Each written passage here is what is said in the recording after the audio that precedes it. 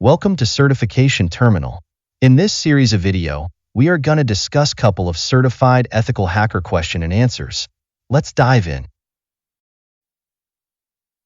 In a scenario where a tester attempts to ping a known target and receives either no response or an indication that the destination is unreachable due to ICMP deactivation and the network operates on TCP, what alternative methods can the tester employ to elicit a response from a TCP host? Option A, hping. Option B, netstat. Option C, traceroute. Option D, broadcast ping. The correct answer is Option A, hping. Hping is a command line tool that generates various types of TCP IP packets and is commonly used for network testing, scanning, and fingerprinting. It can be configured to send TCP packets to a specific port on a target host, which allows it to work independently of ICMP. Therefore, if ICMP is deactivated but TCP ports are still active, hping can be used to elicit a response from a TCP host. Option B, netstat, is incorrect. Netstat is a command line tool used to display network connections, routing tables, interface statistics, masquerade connections, and multicast memberships. However, it is a diagnostic tool for monitoring network activity on the local machine and does not directly elicit a response from remote hosts. Therefore, it is not a suitable alternative method for eliciting a response from a TCP host in the given scenario.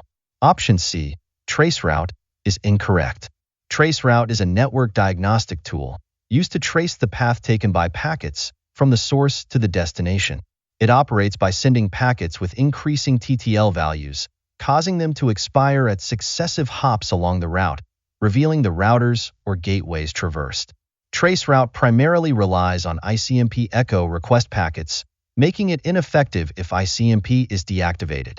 Additionally, while traceroute can provide valuable information about the network path, it does not directly elicit a response from a TCP host. Option D, broadcast ping, is incorrect. Broadcast ping involves sending a ping request to all hosts within a specific network segment by using the broadcast address. However, broadcast ping relies on ICMP, similar to traditional ping, and would be affected if ICMP is deactivated. Additionally, broadcast ping is generally considered a network scanning technique, rather than a targeted method for eliciting responses from specific TCP hosts. Therefore, it may not be an appropriate alternative in the given scenario. Next question. What justifies the decision to send an email to an address that you know is not present within the corporate infrastructure you're currently penetration testing? Option A, to elicit a response back that will reveal information about email servers and how they treat undeliverable mail. Option B, to perform a dose. Option C, to create needless spam. Option D, to determine who is the holder of the root account. The correct answer is Option A, to elicit a response back that will reveal information about email servers and how they treat undeliverable mail. Sending an email to a non-existent address during a penetration test can provide valuable information about the organization's email infrastructure. When an email is sent to an invalid address, the behavior of the email servers in handling undeliverable mail can be observed. This can include examining bounce-back messages or error codes returned by the email servers, which can reveal details about the server's configuration, software version, and potentially other vulnerabilities or misconfigurations.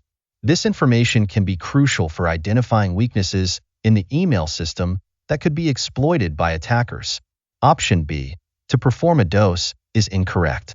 Performing a denial of service, DOS, attack by flooding the email servers with messages to non-existent addresses is unethical and potentially illegal. Penetration testing aims to identify vulnerabilities and improve security, not disrupt or harm the target organization's operations. Deliberately causing a dose would not be justified in a legitimate penetration testing scenario. Option C, to create needless spam, is incorrect. Sending emails to non-existent addresses with the intention of creating spam is unethical and potentially illegal.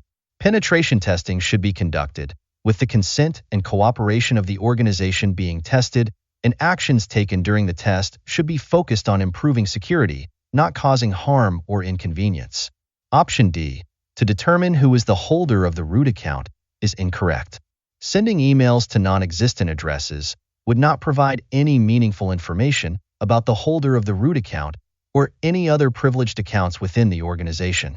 This action would be unrelated to the objectives of a penetration test and would not contribute to assessing or improving the security of the organization's infrastructure.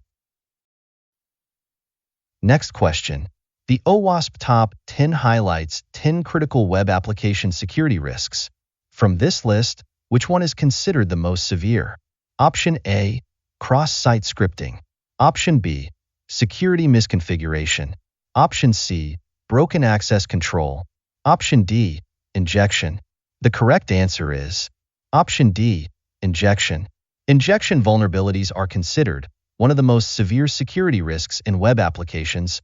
According to the OWASP Top 10, injection flaws occur when untrusted data is sent to an interpreter as part of a command or query, leading to unintended execution of commands or alteration of data. Examples include SQL injection, where malicious SQL commands are injected into input fields, or command injection, where arbitrary commands are executed by an application. Option A, cross-site scripting, XSS, is incorrect. Cross-site scripting, XSS, vulnerabilities involve injecting malicious scripts into web pages viewed by other users. While XSS vulnerabilities can lead to serious security issues, they are generally not considered as severe as injection vulnerabilities because they typically require user interaction to exploit and are limited in scope to the context of the user's session. Option B, security misconfiguration, is incorrect. Security misconfiguration refers to insecure configurations of web applications, servers, frameworks, or custom code that can lead to various security vulnerabilities. While security misconfigurations can pose significant risks, they are typically not as severe as injection vulnerabilities because they often require specific configurations or circumstances to be exploitable. Option C, broken access control, is incorrect. Broken access control vulnerabilities occur when restrictions on what authenticated users are allowed to do are not properly enforced. While broken access control can lead to unauthorized access to sensitive data or functionality, it is generally not as severe as injection vulnerabilities because it typically requires authenticated access and may have limited impact compared to the potential for arbitrary code execution or data manipulation with injection flaws. Next question. What type of web application attack involves injecting client-side scripts into web pages seen by other users, exploiting vulnerabilities in dynamically generated web pages? Option A, LDAP injection attack. Option B, cross-site scripting. Option C, SQL injection attack. Option D, cross-site request forgery. The correct answer is Option B, cross-site scripting. Cross-site scripting, XSS, is a web application attack that involves injecting malicious client-side scripts into web pages viewed by other users.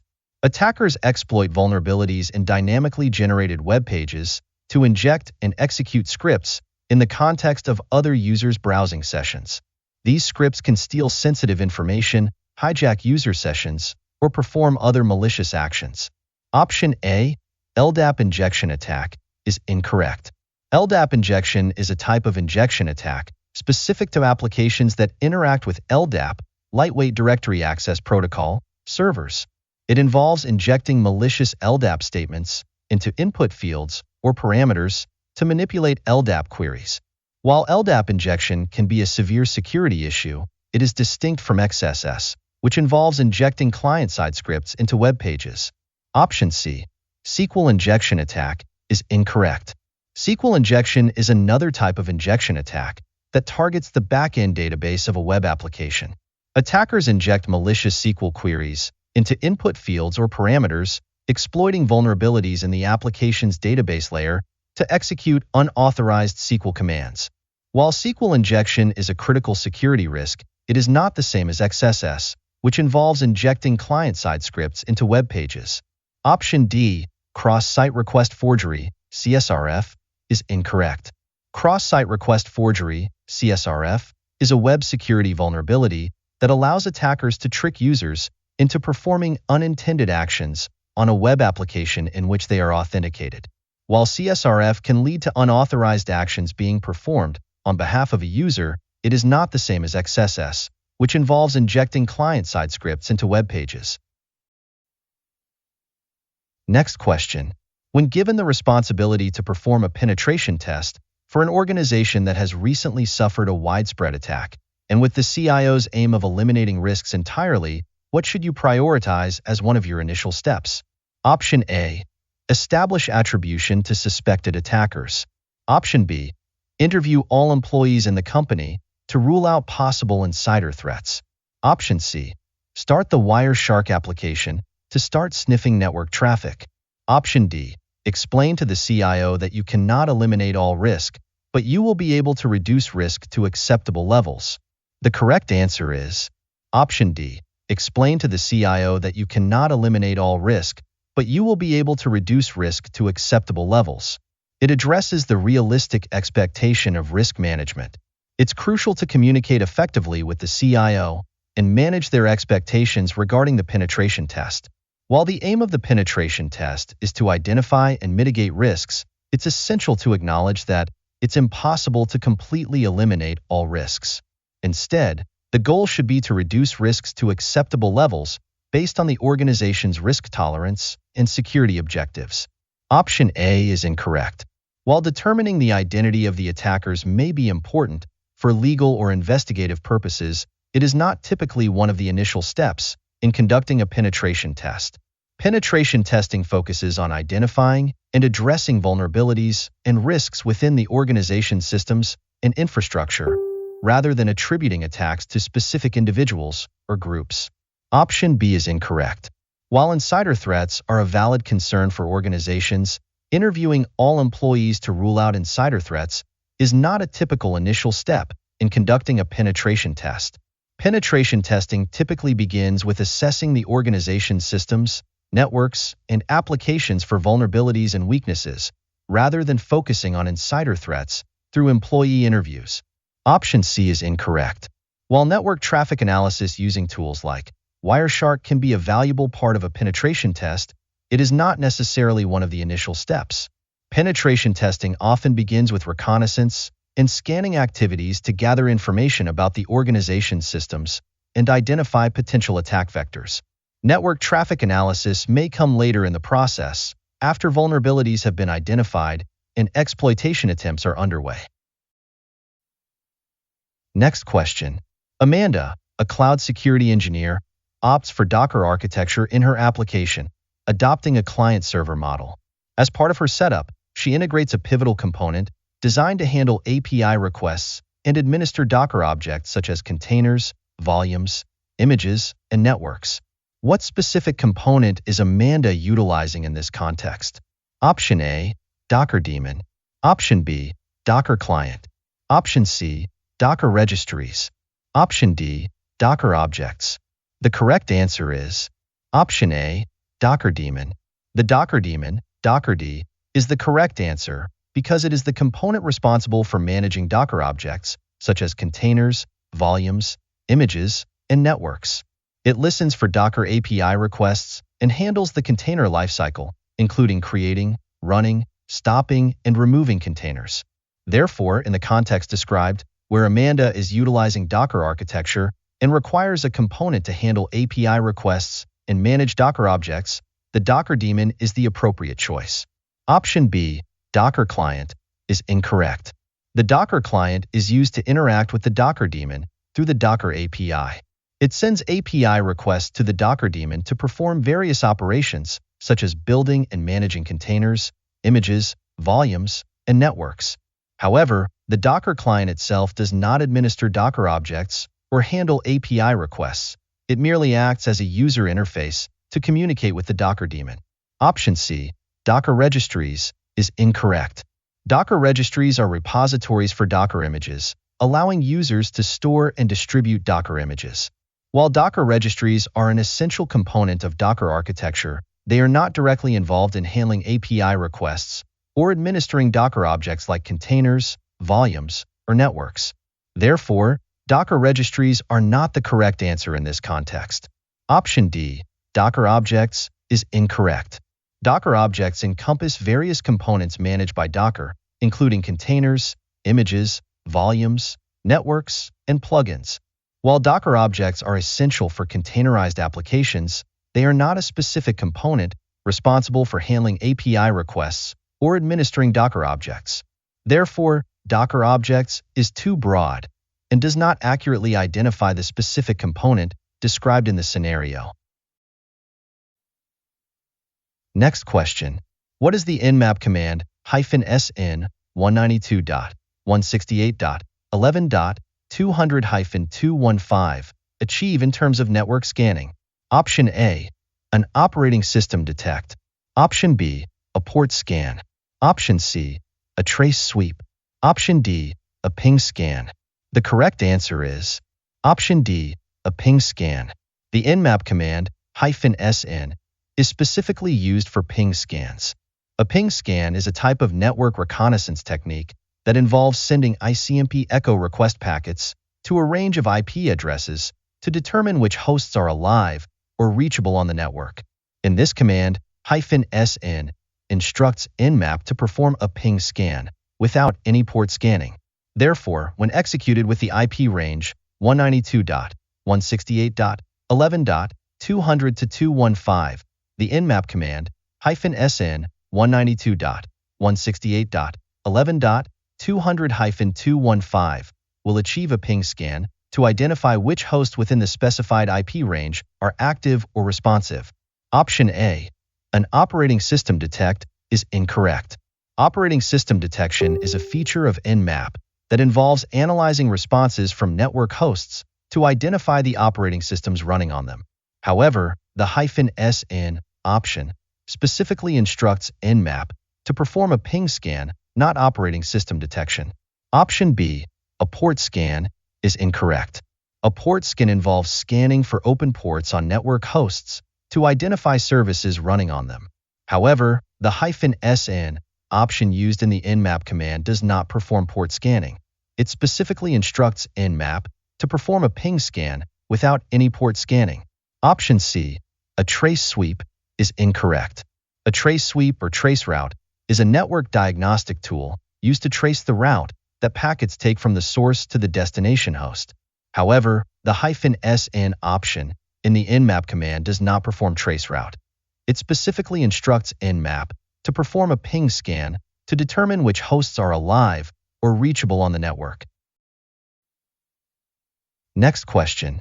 What is the fastest way of password cracking attack that can be executed against the hash values obtained from a Windows 2000 domain controller, taking into account the enforced strong password policy and the likelihood of users selecting easily guessable passwords? Option A, cross-site scripting attack. Option B, social engineering attack.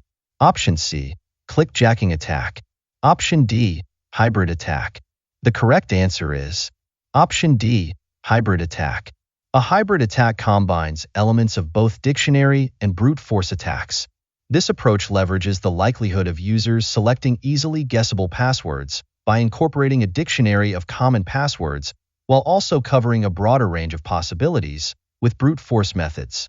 Given the enforced strong password policy and the potential for users to still choose predictable passwords, a hybrid attack offers a balance between efficiency and coverage, making it the fastest method in this scenario. Option A, cross-site scripting attack, is incorrect. Cross-site scripting, XSS, attacks involve injecting malicious scripts into web pages to exploit vulnerabilities in web applications. While XSS attacks can be damaging, especially in web security contexts, they are not directly relevant to password cracking against a Windows 2000 domain controller.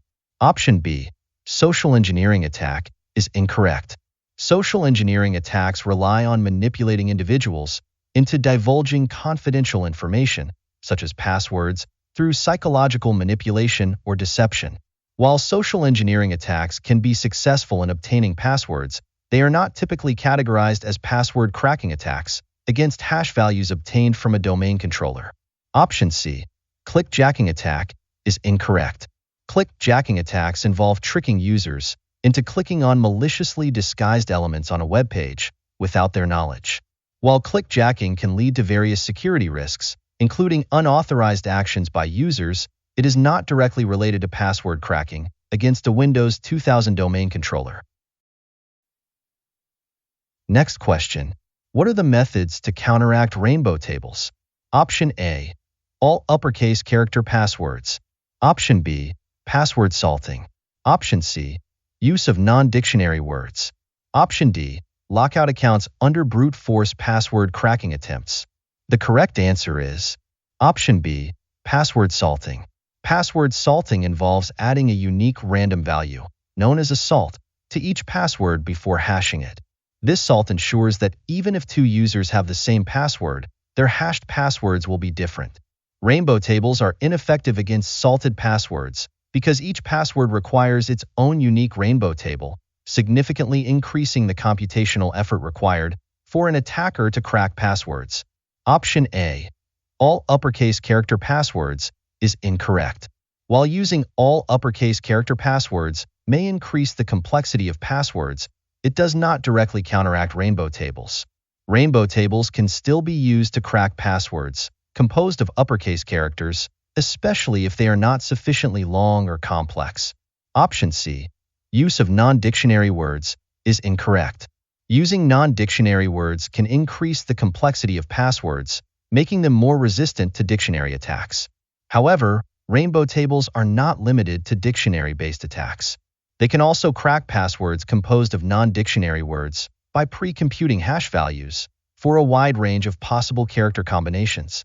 Therefore, while using non-dictionary words may improve password security, it does not specifically counteract rainbow tables. Option D. Lockout accounts under brute force password cracking attempts is incorrect. Locking out accounts after a certain number of failed login attempts is a measure to prevent brute force attacks, where attackers attempt to guess passwords through trial and error. While this can enhance security by making brute force attacks more difficult, it does not directly counteract rainbow tables. Rainbow tables involve pre-computed hash values, which can be used to quickly crack passwords without triggering account lockouts. Next question. Which tool is frequently used for host detection? Option A. Metasploit. Option B. Nmap. Option C. Burp Suite. Option D. Wireshark. The correct answer is Option B. Nmap. Network Mapper, Nmap, is a widely used tool for host detection. It is specifically designed for network discovery and security auditing. Nmap allows users to discover hosts on a network by sending packets and analyzing their responses. It provides a wide range of features for host discovery, including various scan types, host grouping, and OS detection.